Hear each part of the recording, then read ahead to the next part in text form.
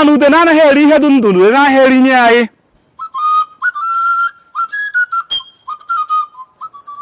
onye ọ kaziri obi ya pụta na nkwa achị ka anyị mara mbe na-abụ nke nwe oke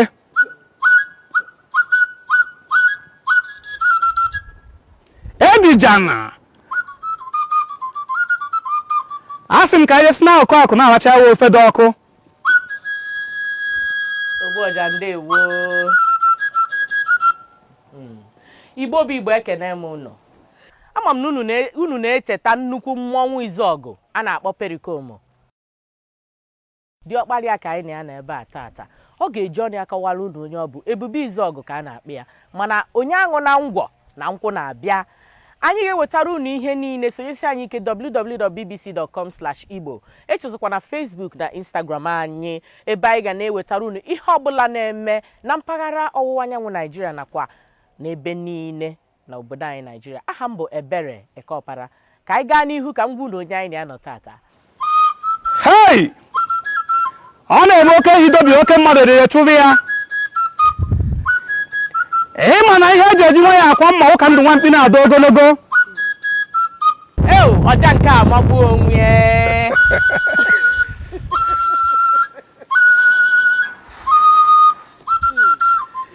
ịma na mmiri eri ka ụmụazị na-eji awa akwa a na-ajụ ha nwata na-awa akwa ya awa oke ya efe efe ọkwa ọdatagodu mmeje ebe a na-eje eteka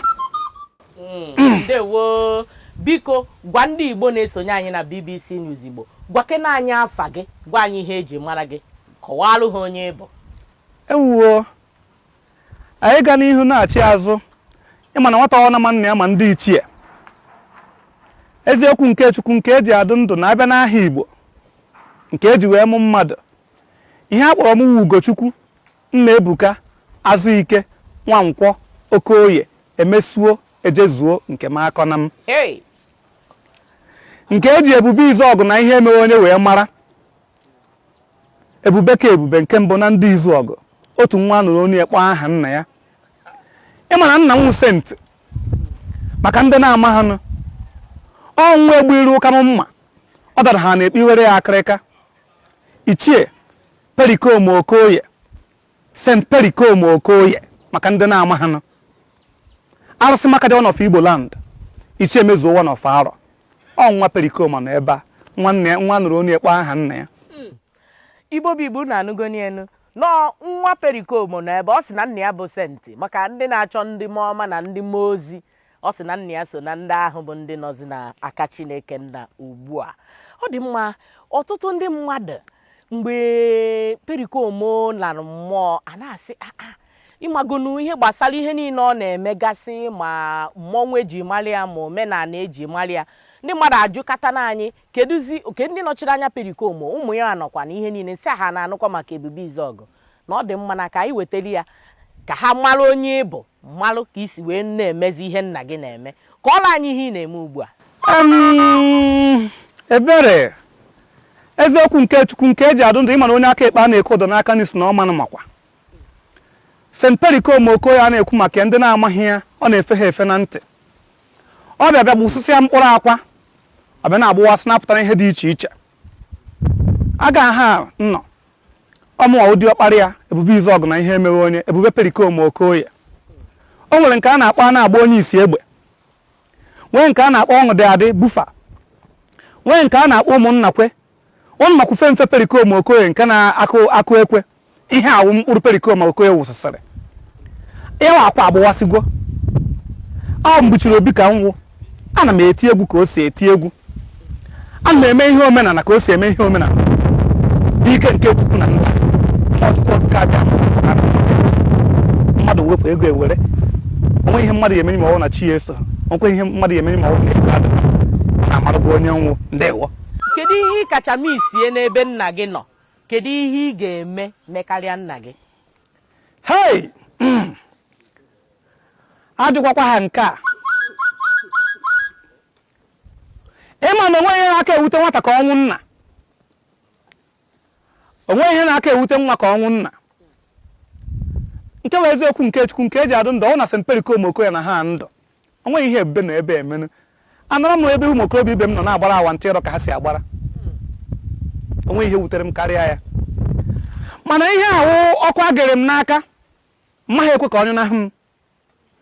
orokombụba ka e were ti m n'aka sị m na orokombụba na ọdụ ndụ ọdụzi ndụ nwụrụ anwụrụ n'aka m ka ọdụ kama na mmaghị ekwe ka ọ nwụnahụ m maka arụ nwa toto otokwuru ka ọwụ ụzọ ndị ewu gara anaghị akpa nwa ya mfa ọkwụ nnatacha adowere nwa ya ọ dị mma ejike n'ihe gbasara egwu na ime mmọnwụ na ime omenala mara nna gị asị m kwuo kịta ihe m na-echeta ama m nke gị bụ onye na-ekiri anyị na-echeta kịta nke ọ na-asị ka anyị jeenu n'obi ọgaranya ọkwa nna gị tiri egwu ahụ ka anyị jeenu n'obi ọgaranya ka anyị jeenu n'obi nke bụ oke ka anyị jeenu n'obi ọgaranya egwu a nwere ebe ọ na-abụ agụọ ya o nwere ebe ọ na-atọ ịghọta gị ya bụ mgbe nna gị na-etichere ụmụ egwu a niile gwakena anyị ka isi wee bụkwara onye na-eti egwu anyị mechaa ikwuche nke egwu anyị abịa na nke omenala ịma na a na-eji isi mma were eji enwere isi onike kama na sọsọ ya enwenye ewu onye na-akpụ ụzụ maka ya ọma nke eji eme mma mana nke eji eme onike nke eji eme onike wee ti ihe ọnụọ anụọ nke eji eme mma onu mana ọwụghị nike eji egbu ọjị ka eji egbu ụkpaka kama na nke a na nke a wee otu kama na o nwere ihe dị iche St. Perikom Okoye dịka onye ọna si wee mara gbara mbọ n'isi onwe ya ọ mmụọ ka ọmụọ anaghị ahụ ya dịka mmadụ maka otu onye pụtara elu ụwa nọkọta huo o were ahọ gaghịga o nwere otu nwoke na-ajụ ngwa na akụkọ Perikom na ọnọdụ ka iji odumodu jere akọghị ya ha akọcha nye ya mana mgbe ọ na-achọ ịnawa obodo ahụ debe ndị mmadụ na-ajụ ya ndị agaghị esi wee mee ya wabana ka ọ ghọkwa nri oriri ma ọ wụ na-achọ ya ahụhụ ọ sị ha dịka m si wee gwa gị n'isi mbido mbụ na ọ bụgwa akwa wụsịsị ya na ihe anaghị akụ ebe ọ na-adụ na ọ na-eme egbuo dịka na mba ọzọ adụchie kama na m ọwa ebube izu ọgụ so onye egbune mma ọzọ aka duchine m ndewo ọ dị mma gbasara omenala gwakena anyị kedu ka isi wee nweta nya bụ anataluchi nna gị mere iwee bidokwezi ebe nna gị kwụsịrị wee na-eme ya ugbu a gwakena anyị ka isi na-eme ya n'ihi na-ajụzikwazi ajụ ọdịnala ndụ dị ede oru ndụ nke wee eziokwu nke Chukwu nke eji adụ ndụ o nwere ihe m gwara ndị mmadụ na ọnwụ na igu na igu etita ha na nkwụ na nkwụ anya ha akụtụkọ Perikom Okoye hụrụ mgbe o ji wee na-achịta obido ime ihe omenala nwa agụọ na-akụ ahịhịa ọzọ na-eji ụkpa nri ihe awụ ihe ebe okwu nnatacha adowere nwa ya ụzọ nne ewu gara anaghị akpa nwa ya mfa ndị mmadụ si na-amụsụ ka anyị ji ebe ụfọdụ si na ọgwụ ike ka anyị na-agwụ mana ọha ọgwụ ihe awa akara anyị ji bịa ụwa onweghị ebe ndị eje mụ egwu onweghị ebe ndị eje mụ ihe omenala onweghị ebe ndị eje mụ dibịa otu ihe m na-agwa ndị mmadụ wụ na onye ọna ma nna ya ma ndị ichie maka ọwụwụ nọ ihe m ji ha epekala akwụkwọ edere mgbe nna m nwụrụ a sị m nọọ nna m otu Chukwu nke m bụ ụzọ wee mara maka onye bụ Chukwu bụ mmụọ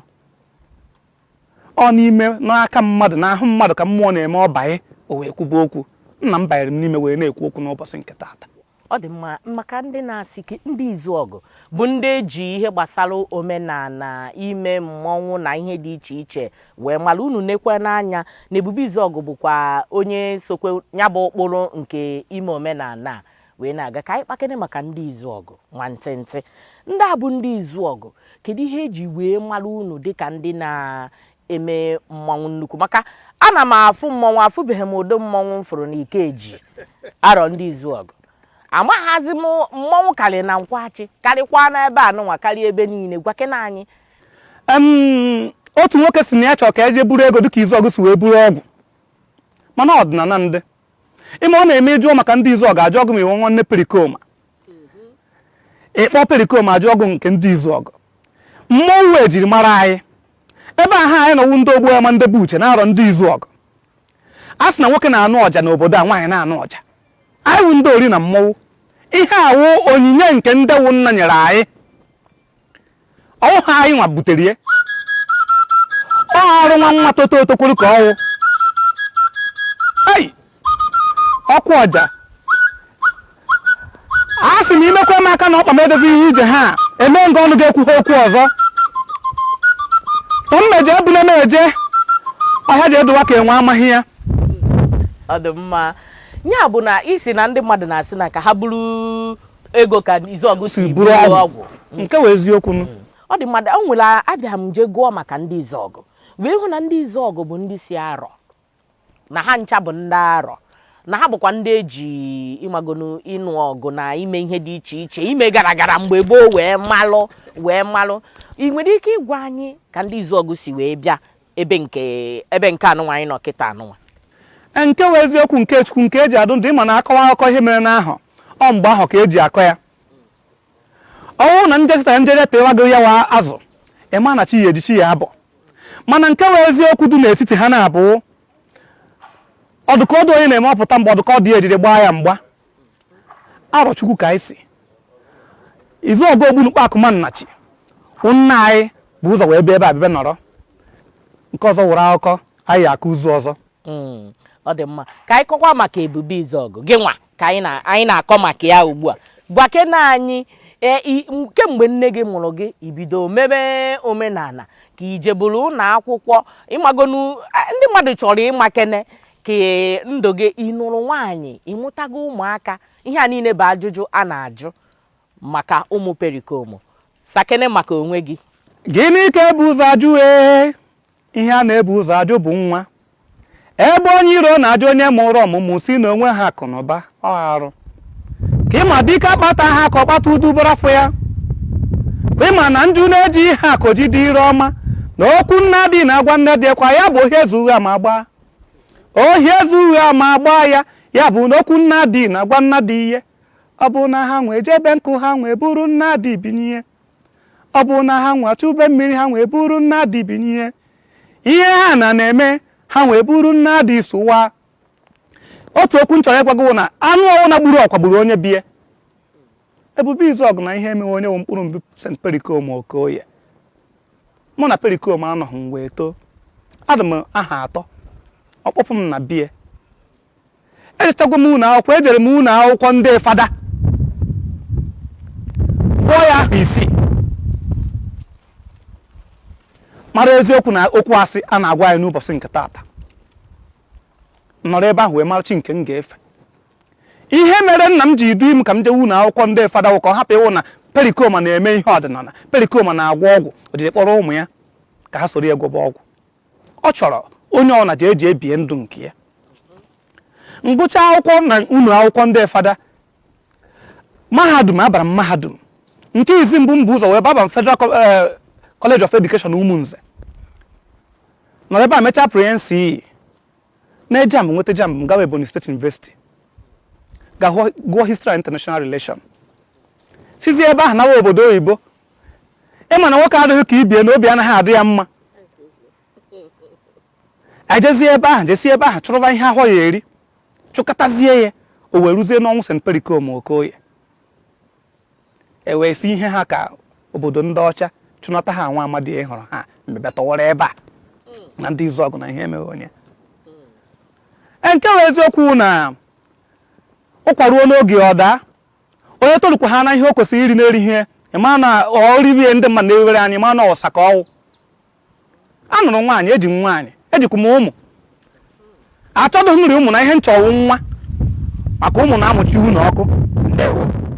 Ọ dị mma dịka ịka ọgụlụ anyị nwe obele maka ka isi ọ dị mma gị bụ onye na-esonye anyị na BBC News Igbo onwekwa ajụjụ ọbụla ị chọrọ ka anyị jụọ maazị anyị na ya na ebe ebube Izuọgụ izitela anyị ya Facebook na Instagram anyị ka anyị na-agụpụta ozugbo anyị na-eme ihe a ka o nwee ike na-asa anyị ya bụ ajụjụ. Ọ dị mma ka anyị na-eneke n'ihe na-eme ugbu a ụka na omenala ị na-anya kịta ọ dịka a ga-asị na onye ọbụla na-eme omenala so n'ụzọ nke ekwensu na onye na-eje ụka bụ ihe so n'ụzọ nke Chukwu wee nwee nke ndị ọcha bịa ha kpọọ ọnya nwere ndị nke fada si no neopaganism na enweziri ndị mmadụ ọ dịka a ga-asị na ndị mmadụ nachiweziri azụ na ime omenala ugbu a mana dịka onye bụbu onye omenala kedu ihe ifu na omenala na ụka ka o si wee dị ugbu a? Ọ dịkwaghị mma na ọ dịkwaghị mma na ọ dịkwa gị mma ọ dịkwaghị mma na ọ dịkwa gị mma na ọ dịkwa gị mma akwasa ụka ebupụta ọjị bupụta ọfọ bupụta mmanya ọkụ debe ikpe kekere ụwa na ya ekene gọbasị dị n'enu na anụ n'uzukọ ịkpọ nne ịkpọ nna nna gị sị ha bịa tara ọjị na omenala eruone na ọ dị akwaghị mma na ihe dị mma n'ụwa bụ chifu ụtụtụ ibupụta ọjị bupụta ọfọ bupụta mmanya ọkụ debe ịbịa bize kpe kekere ụwa na ya ekene gọbasị dị n'enu na anụ n'uzukọ ịkpọ nne ịkpọ nna nna gị sị ha bịa tara ọjị na omenala eruone omenala bụ ihe eji mụọ anyị eziokwu nke Chukwu nke eji adị ndụ ije kpọọ ọba gị mkpọkọrọ agbata obi eji were ekporo ahịhịa mgbe ndị mbụ na ndị egede nọ mgbe eji isi mgbe eje nwere isi onike ihe dịka nwa nkwo Okoye emesu eje zuo nke m akọ na m ha nọ Ube Okoye emesu eje zuo nke m akọ na m ha nọ Owu nne Okoye emesu eje zuo nke m akọ na m ha nọ ya na Okoye emesu eje zuo nke m akọ na m nna ha ihe dịka ụka adịghị ụka ọhụụ mbịara ka ọhụụ onwego ebe ije ruru na okwu arụsị ma ebe a na-eme omenala asị gị bịa tụwa ụtụ onwego ebe ijere na okwu arụsị ma ebe a na-eme omenala ekewere gị ụtụ ihe ndị a niile wụ mbịara ọhịa eji ebe na-aghọgbu anyị ọhịa mekwe n'obodo adịghị mmata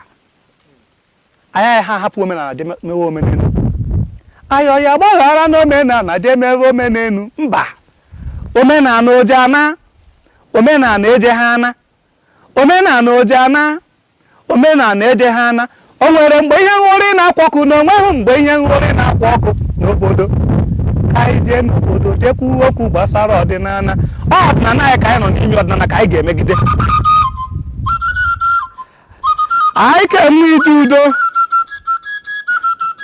ọ dị mma anyị ka na-akpakwa gbasalụ ihe na-eme n'obodo anyị bụ Naịjirịa maka na ọ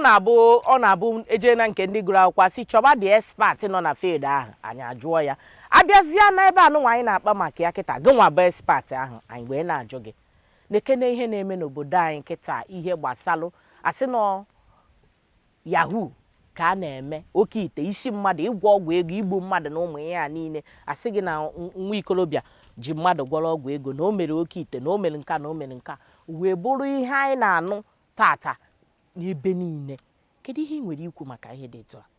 a nke wee eziokwu nke Chukwu nke eji adụ ndụ onye ọ na-adịkwa ha degara omenala demewe omenelu ụwa adọrọ ya njọ ihe nnọwụ onye ọ na-emewe omenala na be nna ya ọkụ gbara mgbe nwaanyị ga na-ịkpa ma ọ họzikwe njune ahụ ya esighị ike ịma na ihe bụ ihe ndị a niile wee oke ọchịchọ mgbe ndewu nna nọ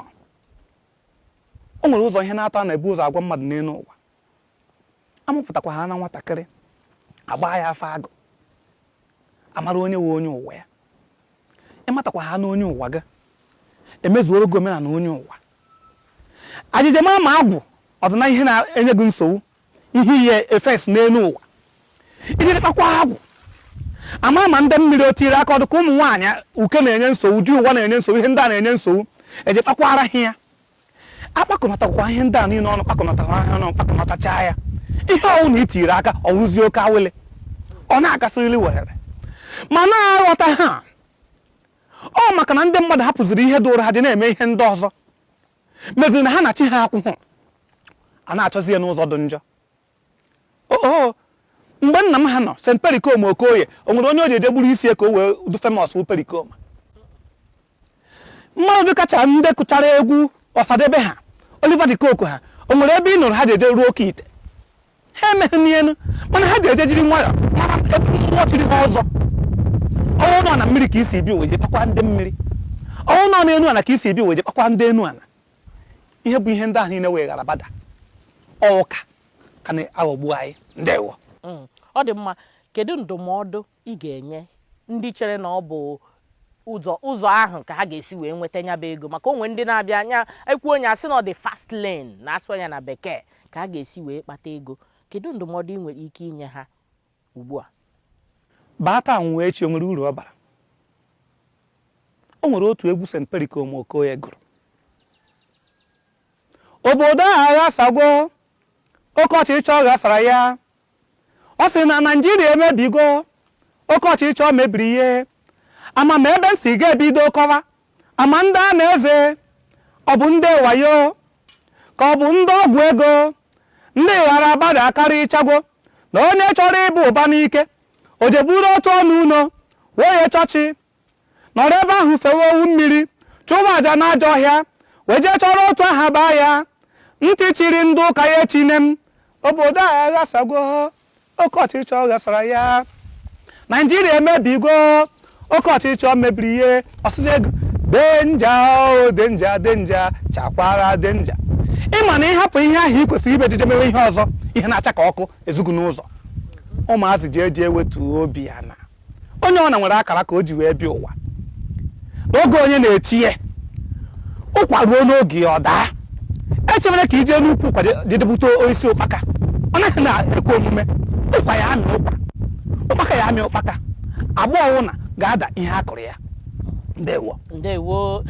igbo bụ igbo unu na-ahụ na ọ na-agbọ ihe ewu na-ata Ebube Izuọgụ ka anyị na ya nọ tata wee na-ewetara unu ya bụ agbamajụjụ anyị na-agba ya tata maka ya na onwe ya ka o si wee na-eso ụkpụrụ nna ya wee na-aga. Zitere anyị ajụjụ gị na Facebook na Instagram anyị BBC News Igbo. Ọ dị mma ka anyị jee n'ihe gbasara ọnọdụ ndị Igbo na Naịjirịa maka ọ bụrụ na anyị emetụghị aka ebe ahụ eneela m anya ndị mmadụ ajụjụ unu na-ajụ ebe a jụọ ya maka IPOB, jụọ ya maka Biafra, jụọ ya aga m ajụ ya ọ ga-asakwa n'onu nwere ike ịsa. Ebube Izuọgụ, kedu ka isi fụ ọnọdụ ndị Igbo n'obodo anyị bụ Naịjirịa maka ganigani akarịa? Ebelebe egburu ebelebe egburu ebelebe egburu ọ na-ahụ onye nwata ihe karịrịa na ọjụọ anyere ya ji enye onye eziokwu nke Chukwu nke eji adụ ndụ ụlọ izi eme otu ji ọgaranya mma ejijezi mana isi ndị eji egbe ajụ butie mma ha eje nke wee eziokwu na ndewu nna bụ ihe ndị ahụ dị n'aka mana ọ nwere otu ajụ m chọrọ ịjụ ọwa anyị nwajide aka anyị egbu anyị ka ọwụ ndị anyị duru ha na-ekwatara anyị anya na-egbu anyị ọnọdụ anyị adịghị mma eziokwu nke Chukwu nke eji adị ndụ obodo anyị nọ n'ime ya ebuka ọnọdụ ka nwaanyị dị ime kuru nwa n'aka na-achọ oke ọwụ ndị bekee ha agwa gị na time bomb ihe a na-achọ onye ọya agbalị n'aka ya mana ọ hụ na otu nwa nna ya ka nwụrụ anwụ ma nna m ka nwụrụ anwụ amaghị m ha nke ọya awụ nkwuo ụtụtụ echi asịsị weta ka egbuo mana ụdọdụ anyị ahụ na-ekwuru mgbagbu ghara ọgụ sinye anyị nke anyị ka anyị nwere onwe anyị ihe m kwudebere. Ọ dị mma o doro gị anya na a na-ekwu okwu sinyezie ndị Igbo ọchịchị Naịjirịa ka ha chịa n'oge eruo na anyị achọghị ịchị Naịjirịa sinye anyị nke anyị ka anyị nwere onwe anyị. Ọ dị mma uche onye adị ya njọ okwugo ka uche ya si wee dị maka unu bụ ndị na-asị m jụọ ya nke a jụọ ya nke a jụọ ya nke a. Ọ dị mma o nwe onye jụrụ anyị si anyị biko gị chetatụrụ anyị afọ nna gị nwụrụ. O tebeghị n'aka ọ nwụrụ na 2017 16th of February. Ndewo ọ maka na nsị na nwanne ya ka nwụrụ anwụ nna m ka nwụrụ anwụ ọ February ka ya na ọnwa nna m ji wee nwụọ ihe a so aka m na-eri ụjụ ka mkpụrụ obi a zuru ike na ndokwa ise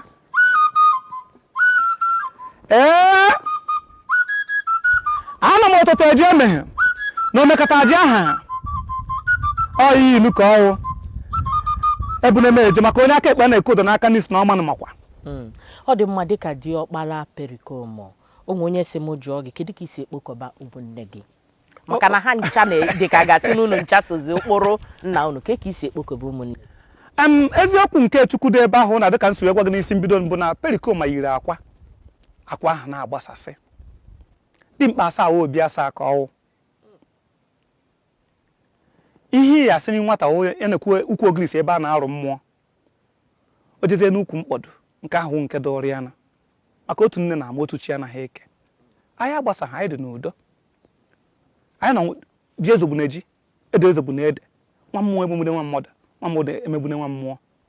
udo odube St. Perikom Okoye. Ọ dị ma o nwere onye si anyị jụọ gị ka m tụgharịa ya ka ọ ga-esi wee dịtụ mfe na ntị ọ sị m jụọ gị na omenala ị na-eme a na-abịa nke bekee na-akpọ consultation a na-abịakwute gị ka ị wee merụ mmadụ fụrụ mmadụ ụzọ merie ihe dị n'omenala ọnya ka ọ chọrọ ịma. nke wee eziokwu na ịma na ihe ejiri ọnụ gbaa nwata ọ dị ka ọ na-eji ego wee gba ya. Onye ọwụ na-bịa na okwu arụsị ya emerịrị mgbasa maka eji ego agbata nzu, eji nzu ehu ndị nwụrụ anwụ. Ndewo.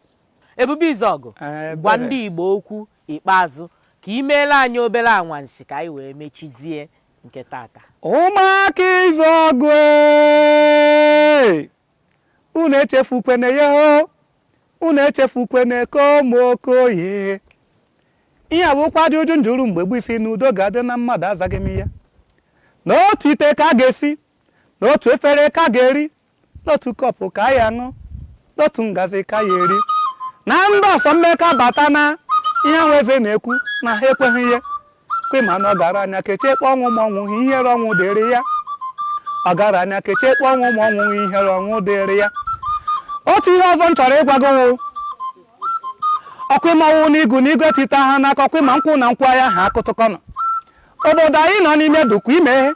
okwu nwa n'aka wee na-achọ oke. Ka m gwa gị chọọ ụdị ịgba mgba ihe ịgbacha mgbe ịnweta udo. Ka m gwa gị chọọ ụdị ije n'ụwa ọgụ maka ịnụ ụchọ gị nweta udo nwe na-ekwu ihe nwanne ekwu emerene kwa mgba kwa mgba kwa ọgụ kwa mgba. Ndewo. Onye ọbụla hụrụ ya tata manụ na Pericoma yiri akwa gbara agwa. Unu ahụgoni anụ na-ejighị enyo ihe agba n'aka ejighị enyo ya. Ọ na BBC News Igbo ka anyị wetara unu ka anyị na nwa Pericoma, St. Pericoma si wee nwee nkata tata na ndị Izọgụ. Ọ dị mma, ọkwa ụnazi kelee ndị Igbo na anyị akwalie.